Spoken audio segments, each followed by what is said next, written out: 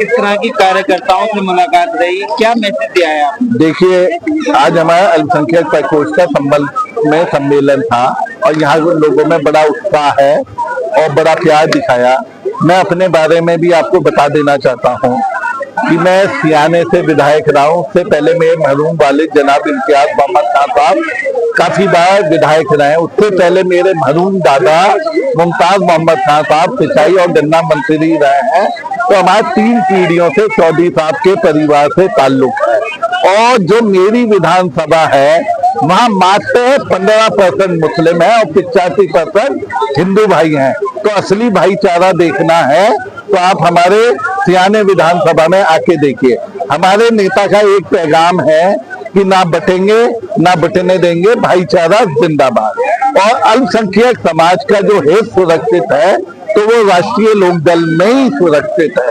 बाकी विपक्ष की पार्टियां अल्पसंख्यक समाज को गले नहीं लगाना चाहती। अगर उनका कोई काम हो तो उनके नेताओं की इतनी हैसियत तक नहीं है कि वो थाने तक अपने किसी कार्यकर्ता को छुड़ा सके। तो जो राजनीति सांप्रदायिकता की हो रही है उस पर कब बोलेंगे जयंत चौधरी, कब?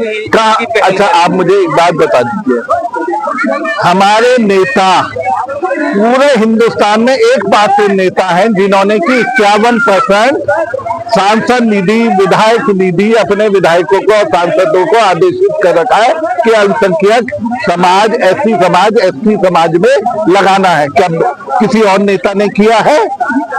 भाईचारे पर इकरा हसन के खिलाफ टिप्पणी हुई कि वो हिंदू समाज से शादी कर लें। देखिए, जिस व्यक्ति ने टिप्पणी की वो गलत की, हम उसका खंडन करते हैं। मौलाना दर्जी कह रहे हैं कि यूपी में मुसलमान सुरक्षित नहीं है। सुनिए, एक बात बोलो, अल्पसंख्यक समाज सबसे ज्यादा सुरक्षित उत्तर प्रदेश और पूरे हिंदुस्तान में।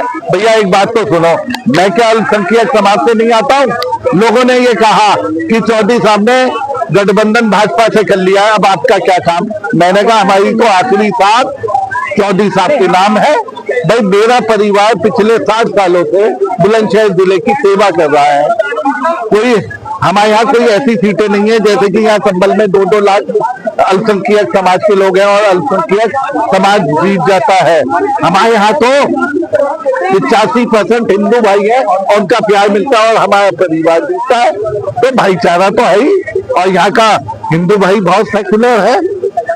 लगातार फिल्में बन रही हैं, उस पर विवाद हो रहा है, जो वेब सीरीज भी बनाई जा रही है। एक बात तो सुनिए, फिल्म बनी है जिसे टेक्स्ट सीरीज किया गया है, इस पर क्या कहना है? देखिए एक बात तो सुनिए, मैं ये कह रहा हूँ कोई फिल्म समाज को आईना दिखाने के लिए बन रही है तो उसमें अगर टैक्स फ्री भी कर दिया गया है तो उसमें क्या बात है? उसमें गोदान फिल्म है, उसमें गौ सेवा का वो दिखाया है। तो हम मुसलमान भाइयों को तो और बढ़ चढ़ के उस मूवी को देखना चाहिए।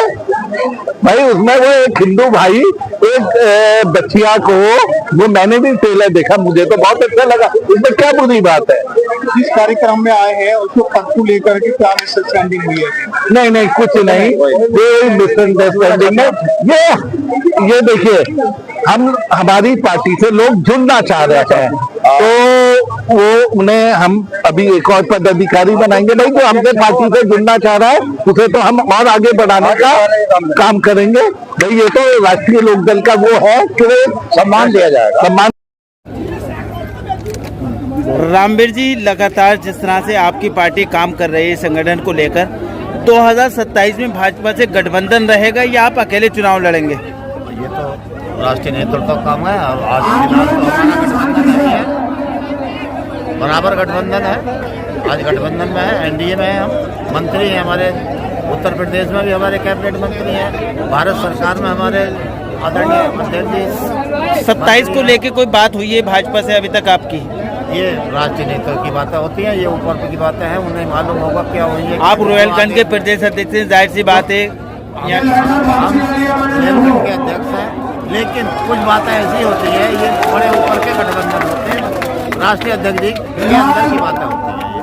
और पंचायत चुनाव को लेकर कैसी तैयारी है? पंचायत चुनाव को लेकर राष्ट्रीय लोकदल की पूरी तैयारी है और अपने दम पर पंचायत चुनाव लड़ेगा राष्ट्रीय लोकदल। सभी सीटों पर हम जिला पंचायत अध्यक्ष जी, पंचायत चुनाव को लेकर के कितने कैंडिडेट अब तक चयनित कर चुकी है आपकी पार्टी संभल जनपद में? सबसे पहले तो मैं आपका धन्यवाद करूंगा कि आप लोग यहाँ आए हैं और लोगों की हमारी पूरे जनपद में सारी ही वार्डों पे तैयारी है और जैसा भी हमारे हाईकमान का आदेश होगा चुनाव को लेकर हम पूरी तैयारी के साथ पूरे जनपद में चुनाव में उतरेंगे। उस्मान जी, किस तरह का प्रोग्राम ये आज यहाँ पर हुआ है, क्या कहना चाहेंगे? जी, आज जनपद संभल में ग्राम हैबतपुर में ये बिलाल पासा जी के यहाँ पर अल्पसंख्यक मोर्चा का सम्मेलन था जिसमें 250-300 लोग उपस्थित थे। हमारे आदरणीय नेता प्रदेश अध्यक्ष पूर्व विधायक दिलनवाज खान, प्रमुख प्रदेश महासचिव दिलप्रीत कोहली जी, क्षेत्रीय अध्यक्ष रामवीर जी और यहाँ के जिला अध्यक्ष कैसर अब्बास जी मौजूद रहे।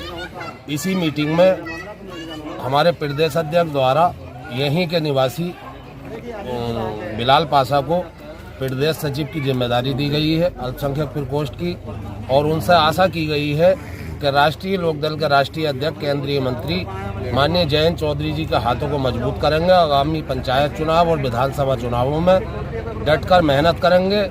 हमें भी लगा कि बिलाल जी के साथ यहाँ पर जनता जो है काफ़ी तादाद में है, एहसास हुआ इस चीज़ का, तो मुझे लगता है कि बिलाल भाई इस जिम्मेदारी को बहुत अच्छे तरीके से निभाएंगे। रोड पार्टी कराया था भाई। अच्छा, कितने लोग आज इसमें शामिल हुए थे? 250-300 लोग। क्या संकल्प लिया है पार्टी को, कैसे चलाएंगे? एक नंबर मजबूती पार्टी को कैसे मजबूत करेंगे? कौन कौन लोग यहाँ आए थे आज? नवाज खान साहब आए थे, उस्मान भाई, सभी लोग मंत्री, सभी पार्टी आई थी। पार्टी के सभी लोग आए थे। तो चुनाव की क्या तैयारियां हैं? पार्टी साथ मिलकर चल रहे हैं हम तो। ठीक।